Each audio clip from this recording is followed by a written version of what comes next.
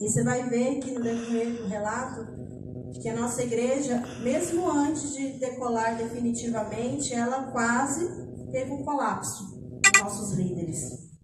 E eu fiquei pensando que, eu acho, mas vocês vão me dizer se está igual ou está parecido, como que está no decorrer aqui, né?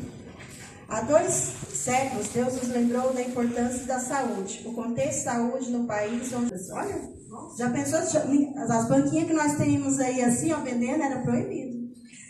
Uma pessoa comeu 3 tomates assim, publicamente, as pessoas acharam que ele estava se suicidando. Então, era coisa assim, absurda uma pessoa comer fruta. Então, falar sobre frutas e verduras naquela época era tipo assim, era coisa... imagine você agora receber uma mensagem que você tenha mudado alguns hábitos, né? Era assim que era a inteligência dos pais na educação dos filhos. O casamento não é recomendado. Deus também revelou a existência de uma conexão estreita entre a saúde e a nossa espiritualidade. Então, desde lá, tem 182 anos que esse trem tem vindo percorrido. E Deus tem anunciado que há uma relação, sim, entre a sua alimentação e a sua espiritualidade. Em 1860, o adventismo quase teve um colapso devido aos maus hábitos da saúde. Por que quase colapsou? Porque nossos líderes ali estavam, né, os nossos fundadores, eles estavam vivendo uma alimentação imprópria, por isso que Deus dá a revelação ainda, né? Olha bem o que a Ellen White relata sobre Tiago White. Tiago White, o principal líder sabatista, estava entrando em colapso mental, físico e espiritual. Sua esposa Ellen White escreve que era desagradável estar perto dele. Ele estava sempre chateado com todos, inclusive com ela. Ele ficava facilmente irritado, tinha dificuldades para perdoar e falar com as pessoas. Em 1800, a propósito, ele era o presidente mundial da igreja naquela época. Então, a gente tem que buscar o equilíbrio, né? Viu a dificuldade? Mesmo ele estava trabalhando para Jesus, mas estava demais. Então, tudo a gente tem que ter a temperança, né? John Andrews, um dos primeiros teólogos da igreja e o primeiro missionário além mar da igreja, escreveu sobre sua experiência com a saúde. Olha bem isso aqui, hein? Eu era cético quanto ao uso do tabaco e bebida forte, mas eu não aprendi coisa alguma sobre comida saudável. Olha o que ele achava. Eu achava que todo queijo era bom para a digestão. Eu achava que salsicha só fazia mal se fosse muito condimentada. Eu gostava de biscoito, rosquinha, picles e em compostas e porco. Quando entrei no ministério, eu tinha 21 anos de idade. Eu não praticava uma boa saúde. E por isso, em menos de 5 anos, eu estava prostrado, minha voz não praticava, estava destruída e eu achava que seria permanentemente. Minha visão estava consideravelmente prejudicada, não tinha descanso de dia e não conseguia dormir à noite.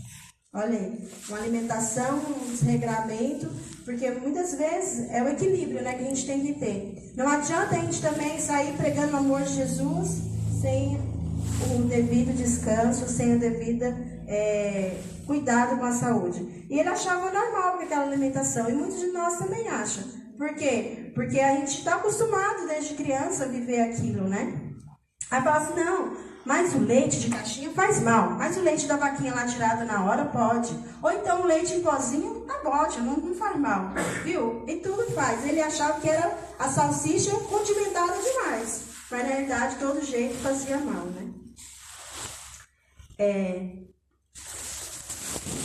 O primeiro historiador da igreja revelou sua dieta também. Eu amava comer porco frito no de jejum, olha bem, bife no almoço e carne cozida no jantar.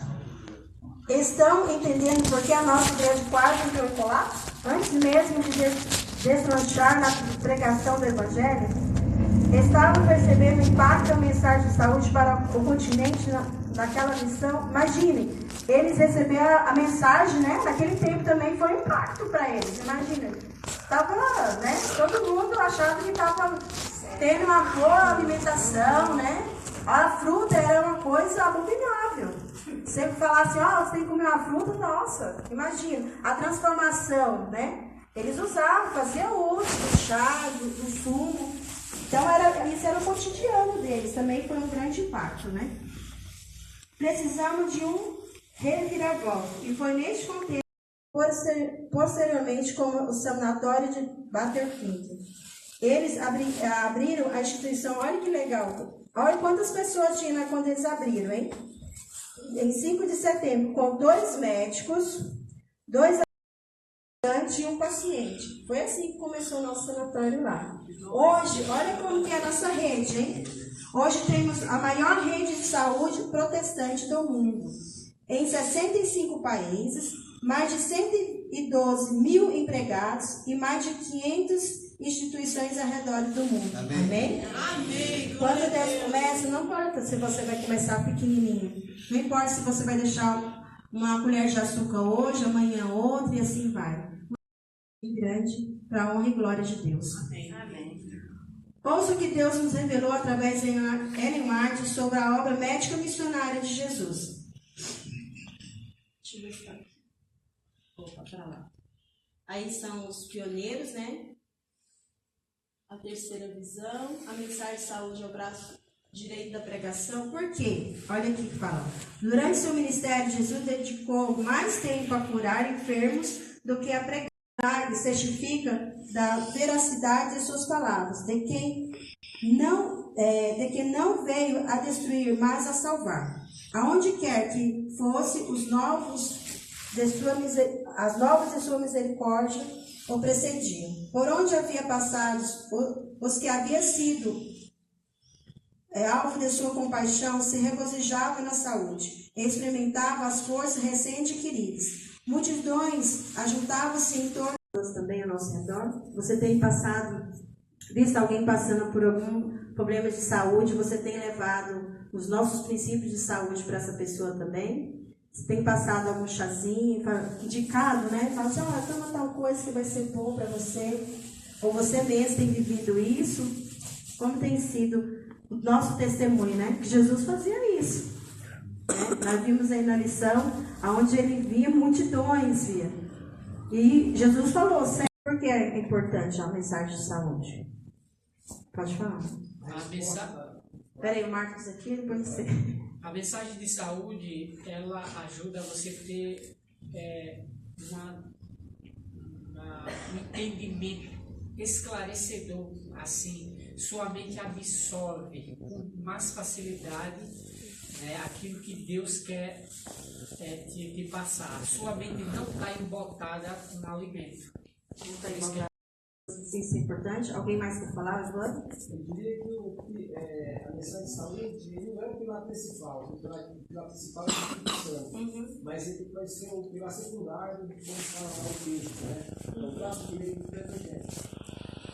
A mensagem da saúde nos ajuda a entender ou compreender o trabalho de intercessão de nosso Senhor Jesus Cristo no santuário celestial.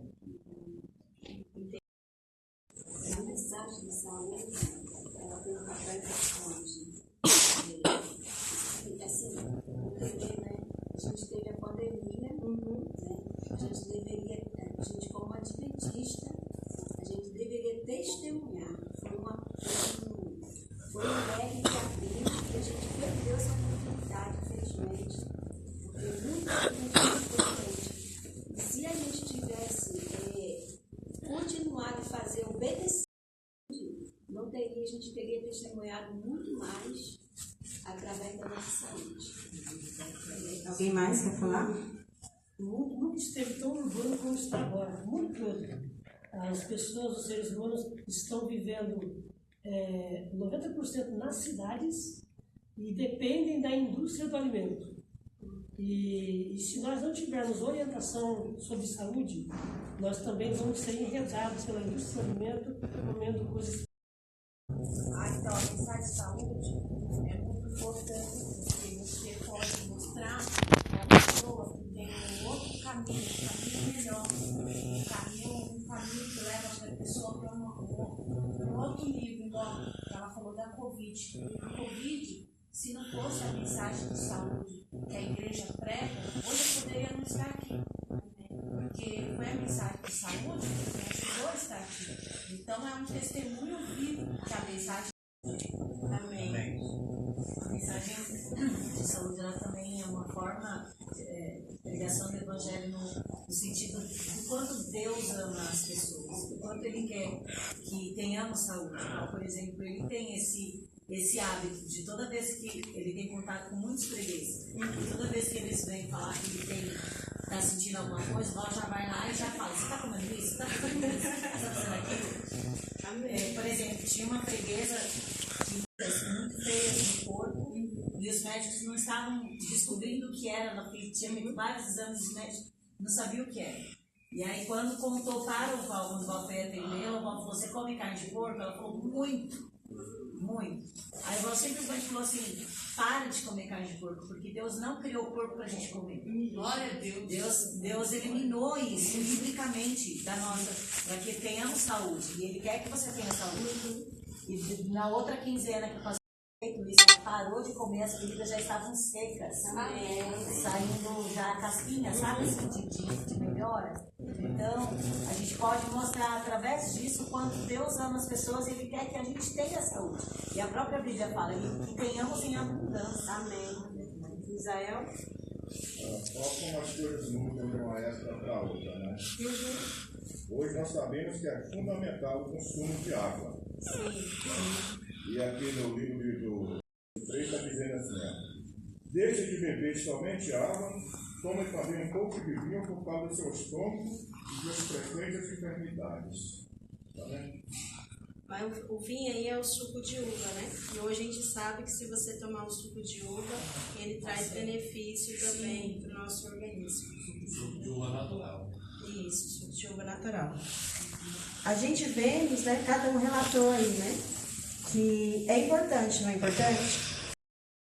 A Ellen White cita no Conselho sobre Saúde: desejo dizer-vos que em breve nenhuma obra será realizada pelo plano ministerial, senão a obra médica missionária. Chegará o momento em que a pregação do Evangelho só terá abertura através da saúde. E se a gente não tiver saúde, a gente vai conseguir passar saúde para outra pessoa? Não.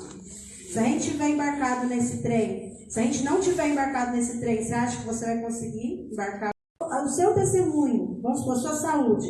Todo mundo, um exemplo, pegou Covid e você não pegou. Por quê? Olha, mas se não pegou, porque você tinha os cuidados. Bebia bastante água, tomava sol, fazia exercício, né? Ia respirar ar puro, tinha uma boa alimentação, tinha uma imunidade melhor. E mesmo que pegue, não teve resistência, conseguiu recuperar mais rápido. Isso. Eu peguei e nem sabia que tinha pegado. Olha aí. Então, assim, a mensagem de saúde é fundamental para nós, né? E o convite agora eu quero fazer o segundo convite. Deus lhe convida a lembrar do trem da saúde, não apenas para conhecer e praticar. Deus lhe convida a promover a saúde junto às pessoas que estão ao seu redor. Você não precisa ser um profissional de saúde para promover a saúde. Você pode ajudar e amenizar a dor e o sofrimento das pessoas. Como? Dê atenção para elas. Ore com elas. Oriente-as em relação ao uso dos remédios naturais. Convide a participar do clube de saúde. Ajude na realização das feiras de saúde. Nós precisamos realizar uma feira aqui, né? Amém. Faça parte da obra médica missionária da sua igreja. Né? Então a gente tem que se envolver nessa missão. Essa missão é minha e sua. Além de nós termos o benefício de ter melhor saúde, melhor vigor físico, né? Imagine nós chegar aos 70, 80 anos andando, correndo, brincando. E não ali, ai, Jesus, não aguenta isso aqui, tá tudo doendo. E, né, todo engendrado. Já pensou que legal? Esse benefício que Deus quer para você e para mim. Então, além da saúde, é você proclamar o Evangelho. Levar esperança também para as outras pessoas, né?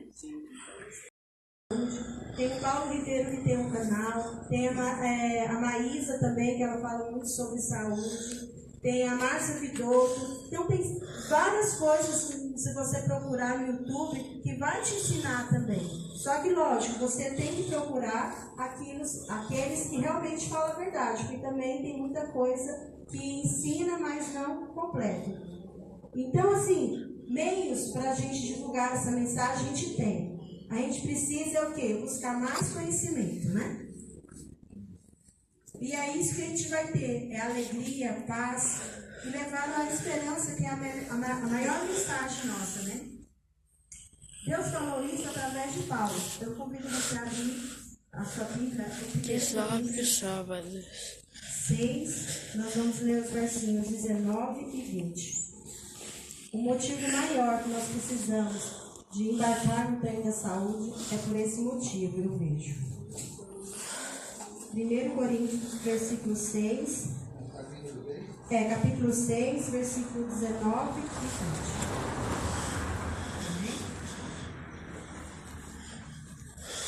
Acaso não sabeis que o vosso corpo é santuário do Espírito Santo, que está em vós, o qual tendes da parte de Deus, e que não sois de vós mesmos? Porque foste comprado por preço. Agora, pois, glorificai a Deus. Deixa no o like, vosso se corpo. inscreve. Nosso corpo não é Meu nosso. pai tem bastante seguidores, galera. Então, por que você está fazendo a sua vontade? Vamos Não lá. a vontade de Deus? Senão não É isso que continuamos vocês os precisam vídeos. perguntar. A Joelma não estava se sentindo digna de subir aqui no culto, porque a Joelma não pode estar fazendo a vontade de Deus completa. Mas eu falei, Senhor, me ajuda. Muitas vezes nós não sentimos digno de passar essa mensagem. Muitas vezes não fazer aquilo que te agrada. Peço perdão pela tua igreja. E neste momento, que o Senhor possa restaurar nossas vidas. Que o seu Santo Espírito possa repousar dentro de nós. Possamos permitir a tua transformação para a tua honra e para a tua glória. Abençoe cada ofertante, cada dizimista. Que o Senhor possa utilizar na vida deles aquilo que o Senhor promete na tua palavra, Pai. Sim, Pai. Nos guarde, nos proteja. E mais uma vez peço ao Santo Espírito para falar conosco nessa manhã. Eu sei que o Senhor já está aqui. Eu sei que os seus santos anjos estão aqui ao nosso redor, dentro da nossa igreja. Eu sei, Senhor, que o Espírito Santo está se movendo no nosso meio. Por isso eu te peço que nada nos atrapalhe de